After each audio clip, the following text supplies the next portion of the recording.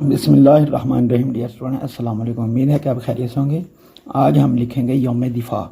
यौम दिफ़ा किस तरह लिखते हैं वो भी देखें, और उनकी आदि अशकाल और मुकम्मल तफसील जो है इसी वीडियो में आप देख पाएंगे। तो शुरू करते हैं जी। यौम दिफ़ा, छोटा अलिफ बनाना है और यहाँ से वाव की शक्ल, ये वाव का सर है, और यहाँ से वाव की रे यानी कि कुर्सी, और ये नुक्ते, और यहाँ से हमने करनी है मीम शुरू। इस तरह नुक्ता बनाना है और यहाँ नुक्ते को ही वापस लेकर मीम का कौस बनाना है इस तरह, ये देखें। और यहाँ से हमने बनाना है अलीफ यौम। अब लिखेंगे दिफ़ा, दाल लिखेंगे, दाल को इस तरह, और यहाँ से दाल की रे, ये कुर्सी है दाल की, रे भी कहते हैं कुर्सी भी कहते हैं, आप जो मर्ज़ी कह सकते हैं। अब लिखेंगे फ़े अलिफ फ़ा, फ़े का सर बनाएंगे पहले, ये देखें जिस तरह वाव लिखा है बिल्कुल उसी तरह, और यहाँ से बे अलिफ बा, ये देखें इस तरह फ़े अलिफ़ा दिफ़ा। अब आइन लिखेंगे, नुक्ता, यहाँ से बारीक लाइन, और यहाँ से जीम वाली शक्ल इस तरह, और ये गुलाई।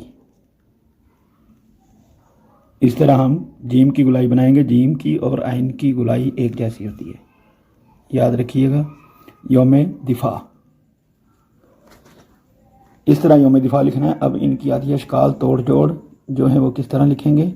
सबसे पहली शक्ल है ये की, ये वाली वाव की शक्ल इस तरह,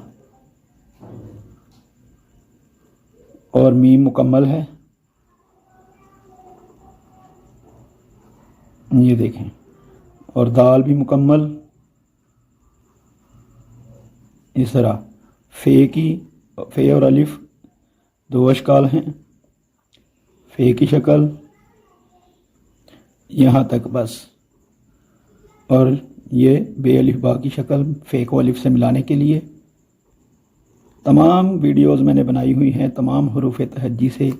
कल हमने अपनी तमाम मशकें जो पूरी की हैं हरूफ तहज्जी को तमाम हरूफ तहज्जी से मिलाने की अशकाल जो हैं, किस तरह कौन सी अशकाल मिलानी है, वो तमाम कल हमने मुकम्मल कर ली हैं। अगर आपने नहीं देखी तो वो ज़रूर देखिएगा, इंशाअल्लाह बहुत फ़ायदा होगा।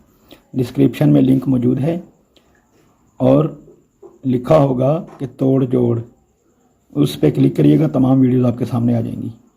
तो आगे बढ़ते हैं। ये बे अलिफ बा की शक्ल इसके साथ मिलानी है, और आइन फिर मुकम्मल, देखिए इस तरह, और यहाँ से ये सर कलगी, मुर्गी के सर पर जिस तरह कलगी बनी होती है, ताज जो बना होता है सर पर मुर्गी के, उस तरह की ये शक्ल होती है, और यहाँ से गुलाई इस तरह आइन। अब इनको जोड़ेंगे किस तरह वो भी देख लें। फासला रख के जोड़ता हूँ ताकि आसानी से आप समझ सकें। इस तरह छोटा अलिफ, यहाँ से वाव का सर, और ये वाव की रे, नुक्ते, ये फासला रखा है किस तरह जोड़ना है। और मीम को अगर दो हिस्सों में हम तकसीम करें तो इस तरह नुक्ता, नुक्ते को इस तरह वापस यहाँ तक, और यहाँ से अलिफ, ये देखें। और ये जो खाली जगह बची है इसे हम नोक से मुकम्मल कर सकते हैं। तो यौम लिखा गया। दाल को अगर दो हिस्सों में तकसीम करें इस तरह नुक्ता मुदव्वरा बनाना है, और यहाँ से छोटी रे, और फ़े की शक्ल जो है इसी तरह बनेगी, ये देखिए यहाँ तक, और यहाँ पर हम ये बे अलिफ बा लिखेंगे, ये इस तरह।